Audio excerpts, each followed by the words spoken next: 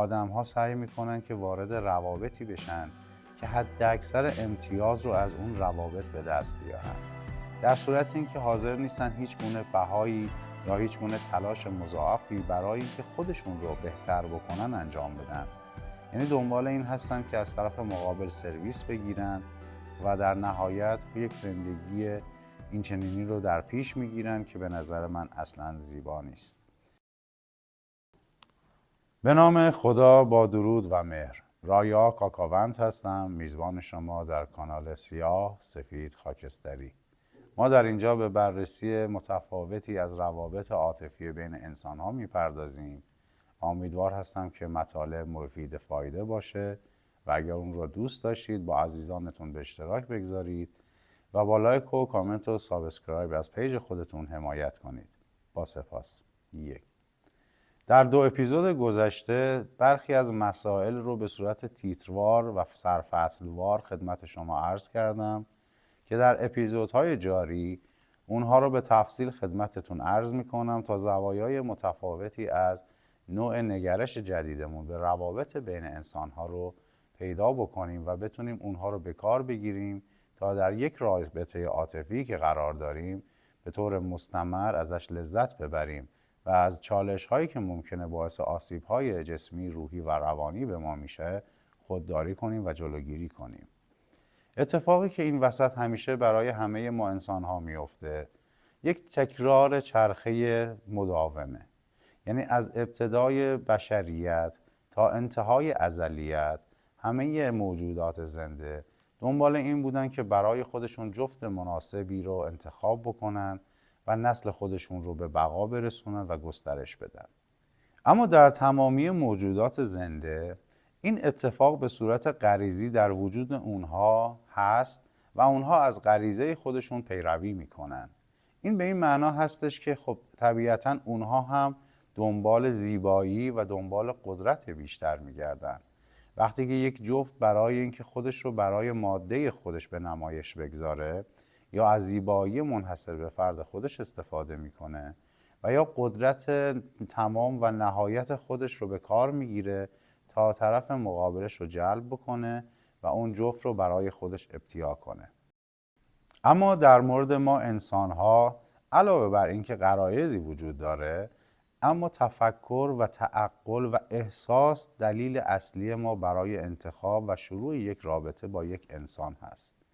یعنی ما همیشه آگاهانه سعی میکنیم که علاوه بر اون ظواهر امر که در ظاهر انسان‌ها وجود داره، بخش زیبایی شناختی رو از زاویه‌های دیگه هم برای خودمون بشناسونیم و به وجود بیاریم. این به این معنی هستش که هر کسی زیبایی رو در یک شکل متفاوتی میبینه. گاهی وقتا ما آدم‌هایی رو در کنار هم میبینیم که از نظر ظاهری یا از نظر فرهنگی، مذهبی و یا اجتماعی خیلی فاصله خیلی زیادی با هم دارند، اما در درون رابطه بسیار انسان‌های شاد، هماهنگ و همراهی هستند. خب این تفاوت بین موجودات زنده با انسانه که ما یک قدم فراتر هستیم و با آگاهی اون علاقه‌مندی خودمون رو پیگیری میکنیم و برای اون چیزی که میخوایم تلاش میکنیم تا به اون سرمنزل مقصودمون که در نهایت رسیدن به یک همراه و همقدم و همدله. برای رسیدن به سرمنزل مقصودمون دنبال یک همراه، همدل و همقدم میگردیم و این کار رو به صورت بسیار آگاهانه انجام میدیم، از عواطف و احساسات خودمون بهره میگیریم و از زیبایی‌های بصری هم استفاده میکنیم. طبیعتاً همه ما دنبال چیزهای زیبا، قدرتمند و با شکوه هستیم. این ذات انسان هستش. این تمامیت خواهی که ما داریم ریشه در فطرت ما داره. ما در این جهان هستی برای آن چیزی که میخوایم باید تفکر بکنیم، تلاش بکنیم و علاوه بر تمام اینها باید اون حس غریزی خودمون رو هم دنبال بکنیم که عواطف و احساسات ما رو شامل میشه. خب راجع به اون غرایز انسانی گفتم، راجع به زیبایی بصری گفتم و راجع به قدرت گفتم. خب طبیعتاً همه ما به دنبال کسب اینها هستیم. یعنی هر کسی دوست داره که طرف مقابل، کسی رو که به عنوان همراه و پارتنر خودش انتخاب میکنه، این 3 فاکتور رو در درون خودش داشته باشه. برای اینکه این فاکتورها رو داشته باشیم خودمون هم ابتدا باید به خودمون و شرایط خودمون هم نگاه بکنیم، توجه بکنیم و ببینیم چه چیزهایی رو داریم، چه قابلیت‌هایی رو داریم و چه چیزهایی بهره‌مند هستیم. در مورد مبحثی که داشتم خدمتتون عرض می‌کردم، ما نسبت به ظواهر دیگران هم قضاوت انجام میدیم. عرض کردم زمانی که شما یک زوج رو می‌بینید که کاملا نامتقارن هستن با هم دیگه، اما در درونشون، در درون رابطهشون اون عشق و احساس به وفور پیدا میشه، اون همراهی و همدلی در کنار همدیگر رو دارن، اون وقتی که مورد قضاوت ما قرار نخواهند گرفت، چون زیبایی از دیدگاه اونها متفاوته. اونها در درون هم و در درون رابطهشون چیزهایی رو کشف کردن که هرگز ما با قوی ترین تلسکوپ های جهان هم ذره‌ای از اونها رو در درون اونها پیدا نخواهیم کرد. پس آن چیزی که از نظر من زیباست ممکن از نظر شخص دیگه خیلی زیبا نباشه. پس نمیتونیم به دیگران انتقاد بکنیم یا نسبت به انتخابی که دارن به اونها خورده بگیریم، چون هر کسی زیبایی رو از یک دیدگاه بهش میرسه، انتخاب میکنه و ازش لذت میبره. این داستان برای همه ما وجود داره. گاهی وقتا ما با انسان‌هایی طرف میشیم که از نظر ظاهری شاید چهره خیلی جذابی نداشته باشن، اندام خیلی متناسبی نداشته باشن، از استانداردهای فکری خیلی از آدم‌ها دور باشن، اما درون بسیار بزرگ، زیبا و قدرتمندی دارن و آدم‌ها جذب اون درون زیبا میشن. ما هم باید درون خودمون رو زیبا بکنیم تا افراد مناسبی رو هم فرکانس با روحیات خودمون به سمت خودمون جذب بکنیم. اکثر انسان‌ها به دنبال جذب آدم‌های زیباتر هستند، آدم‌های قدرتمندتر. اما ما باید در درون خودمون هم نگاه بکنیم که ببینیم چه چیزهایی رو برای ارائه داریم. طبیعتاً آن چیزی رو که میگیریم باید چیزی رو در قبالش ارائه بدیم و اگر ما صفر مطلق باشیم نباید انتظار این رو داشته باشیم که طرف مقابل ما 100 باشه. ببینید توقع ما در اتفاقاتی که مخصوصاً در جامعه امروز ما شکل گرفته توقعات بیجایی هستش. یعنی آدم ها سعی میکنن که وارد روابطی بشن که حد اکثر امتیاز رو از اون روابط به دست بیارن، در صورت اینکه حاضر نیستن هیچ گونه بهایی یا هیچ گونه تلاش مضاعفی برای اینکه خودشون رو بهتر بکنن انجام بدن. یعنی دنبال این هستن که از طرف مقابل سرویس بگیرن و در نهایت یک زندگی اینچنینی رو در پیش میگیرن که به نظر من اصلاً زیبا نیست. نکته‌ای که بعد این قضیه برای همه ما ممکنه اتفاق بیفته و تجربهش کرده باشیم یا تجربهش بکنیم این هستش که درگیر آدم‌های پرتوقع میشیم. یعنی همه آدم‌ها سعی میکنن که توقعات خودشون رو از طرف مقابلشون بالا ببرن تا به حداقل چیزها برسن. خب این هم اشتباهه. ما اگر یک معیار و یک استاندارد مشخصی رو برای خودمون مشخص کنیم و بر اساس اون استاندارد جلو بریم، این هماهنگی رو با طرف مقابلمون ایجاد بکنیم که بدونیم از این رابطه چی میخوایم و قراره که با این رابطه به کجا برسیم. خب طبیعتاً هر دو طرف به یک اندازه یا حدوداً به یک اندازه تلاش میکنن تا برای اون چیزی که میخوان به اتفاق بهتری برسن. همه انسان‌ها فارغ از هر شرایطی که درش هستند یا درش بودن باید به این نکته توجه بکنن که یک دست صدا نداره. همه ما دوست داریم که با کمترین هزینه به بیشترین دستاورد برسیم، اما غافل از این هستیم که هر چیزی یک بهایی داره. تا بهای چیزی رو نپردازیم مطمئناً چیزی رو به دست نمیارید. برای اینکه ما بتونیم یک همراه و همدم و همدل خوب برای طرف مقابلمون باشیم باید خودمون هم تلاش بکنیم تا یک زندگی رو بسازیم. اگر ما در زندگیمون کسایی باشن که ما رو از نظر حالا مالی یا اقتصادی یا عاطفی ساپورت بکنن، خب طبیعتاً قدم‌های جلوتری از دیگرانی که این امکانات رو ندارن خواهیم برداشت و زودتر میتونیم به اون اتفاق قشنگ زندگیمون برسیم. اما خب این اتفاق در جامعه ما الان برای خیلی‌ها میسر نیست. خب باید چی کار بکنن؟ مگر ما چقدر آدم‌های ثروتمند در تهران خودمون داریم یا در کشور داریم که همه طالب این هستن که به سمت اونها جذب بشن، با اونها ارتباط بگیرن و حالا وارد یک رابطه با سرانجام یا بی سرانجام بشن. خب طبیعتاً اون آدم‌هایی که از نظر اقتصادی در موقعیت خوبی قرار دارن، طبیعتاً در جایگاهی هستن که از طبقه اجتماعی خودشون انتخاب میکنن. به ندرت پیش میاد، چون در همه قواعد ما استثناءات رو داریم. پس هیچ چیزی از قاعده استثناء مستثنی نیست. این نکته رو باید یادمون باشه که سطح توقعاتمون رو اول از خودمون مشخص بکنیم، بعد در رابطمون پیاده سازی بکنیم و تلاش بکنیم برای اینکه به اون بهترین ها برسیم. اینکه اگر الان در شرایط متوسطی قرار داریم، دلیل این نیستش که قرار ما در جا بزنیم یا قرار نیستش که یک شاهزاده‌ای با اسب سفید وارد زندگی ما بشه و زندگی ما رو دگرگون کنه. خودمون باید خودمون رو بسازیم. حالا این صحبت ها چه تأثیری در رابطه داره؟ وقتی که شما سطح توقعتون رو پایین میارید، میتونید وارد یک رابطه سالم بشید.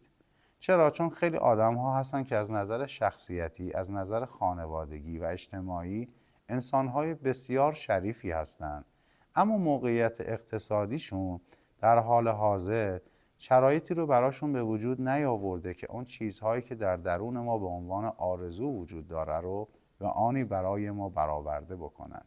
خیلی از آدم ها ممکنه در لحظه برای ما خیلی از خواسته ها رو بتونن برآورده کنن، اما هدف از اون ارتباط مطمئناً چیزهایی هستش که در جامعه دارید میبینید و میشنوید و من نیازی به بازگو کردن مجددش ندارم. خب این اتفاق رو داریم تجربه میکنیم. خب میتونیم شانس بدیم، میتونیم فرصت بدیم. آدمهای درست، آدمهای معقول، آدمهایی که در زندگی تلاش میکنن برای اینکه بتونن بهترین خودشون باشن، برای خانوادهشون، برای پارتنرشون و برای اون آدمی که باهاش همدل شدن. خب این انتخاب رو میتونیم داشته باشیم، یک فرصتی به اون آدم بدیم با سطح توقعات متوسط، خودمون هم در کنارش تلاش بکنیم تا اون چیزهایی که بهترینه رو بتونیم به دست بیاریم. خیلی از ارتباطات هستش که آدم‌ها واردش میشن به صرف این که بتونن از اون ارتباط امتیازی به دست بیارن. یعنی حاضرن خودشون رو به کمترین بها ارائه کنن برای اینکه بتونن یک شب یک اتفاق رو تجربه بکنن و یا برای یک مدت کوتاهی پوز اون آدم و اون ارتباط رو بدن. ببینید اون آدمی که ماشین خوب سوار میشه، خونه خوب داره، آدمی هستش که یا خودش یا خانوادهش تلاش کردن و به این نقطه رسیدن. هیچ چیزی در این دنیا مجانی نیست. اینو یادتون باشه که اگر یک نفر یک ماشین خوب سوار میشه، به صرف این که با شما در ارتباط قرار میگیره و شما سوار اون ماشین، اون خونه و یا اون موقعیت میشید، هرگز چیزی رو به شما اضافه نمیکنه. چون در عین حالی که شما حضور دارید، ممکنه 10 انسان دیگه هم از اون موقعیت بخوان استفاده کنن و یا لذت ببرن. این صحبت ها خیلی برای جامعه ما الان دیگه کاملا تابوها شکسته شده. همه آدم ها درگیر این مسائل هستن، میشنون، میبینن، اما متاسفانه من در شبکه‌های اجتماعی خیلی وقتا خیلی چیزهایی که به گوشم میرسه افسوس میخورم. یعنی آدم ها میان از خودشون آن چیزی که نیستن رو میخوان ارائه بدن و چیزی عجیب و غریب به دست بیارن. مهریه های سنگین به سال تولد، درخواست های عجیب برای مثلا سفرهای آنچنانی، برای خونه آنچنانی، برای ماشین آنچنانی، برای ورود به یک ارتباط آنچنانی. بعد خب میگیم خب خود شما چی هستید؟ خود شما چه المانهایی رو دارید؟ خود شما چه تحصیلاتی دارید؟ آیا اگر شما درخواست یک امتیاز میکنید، آیا تجربه حضور در اون امتیاز رو داشتید یا نه؟ البته که صحبت من اصلا جنسیتی نیست. ممکنه برای هر خانومی و یا هر آقایی این موضوع اتفاق بیفته. اما این نکته رو خدمت شما میگم. آیا باید ببینید که ظرفیت حضور در اون موقعیت استثنایی رو دارید؟ یا اگر قراره که ما یک سری عقده گشایی رو انجام بدیم، آیا توان و پذیرش هضم این همه امتیاز رو داریم یا نه؟ ببینید اینهایی که دارم میگم بارها میشه راجبش مفصلتر صحبت کرد، اما میخوام یک جمع‌بندی براتون داشته باشم. ببینید، ابتدا به ساکن این که ما دنبال غرایزمون میریم، دنبال علاقه‌مندی هامون میریم، دنبال عواطف و احساساتمون میریم، دنبال زیبایی ها و قدرت ها میریم. اینها همه در جایگاه خودش به اندازه کافی خوبه.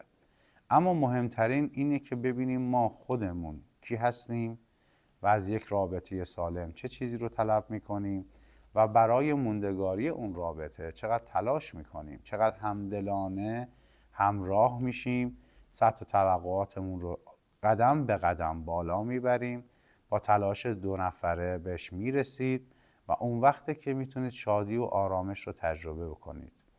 این سقفی که ما برای آرزوهامون در نظر میگیریم ممکنه انتها نداشته باشه. همه انسان‌ها سقف آرزوهای بسیار بلندی دارند.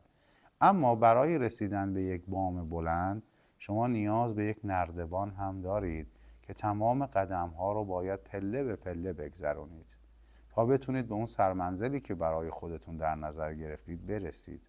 پس حالا قبل از اینکه وارد اون روابط عاطفی بشیم و بخوایم اون رو بشکافیم، باید اول یک شخصی رو به درستی انتخاب بکنیم. باید به اون آدم ها هم این فرصت داده بشه تا بهترین خودشون رو ارائه بدن، بهترین تلاششون رو انجام بدن برای اون که به اون چیزی که میخوان برسن. همه ما این فرصت رو بارها و بارها به آدم های اشتباه دادیم. یک بار هم که شده بیایم و این فرصت رو یه خورده آگاهانه تر، با بینش بازتر، با آدم های معقول تر بدیم. شاید از نظر استایل، از نظر چهره، از نظر موقعیت مالی و اجتماعی خیلی شخصیت های واوی نباشند به قولی، یا اینکه بخوان به قول معروف شخصیتی باشن که خیلی چشمگیر باشه یا چشم نواز باشه، اما درون بسیار قدرتمندی دارن، بسیار بزرگوار هستن و بسیار میتونن شما رو دوست داشته باشن. این المان اولیه برای یک انتخاب که شما برای خودتون ابتدا به ساکن ارزش قائل باشید و خودتون رو به هر چیزی ارزون ارائه ندید، نفروشید و اون شخصیت خودتون رو زیر پا نگذارید برای اینکه از امتیاز یک نفری که بر زندگیش تلاش کرده تا به اونها رسیده شما هم بهره مند شید.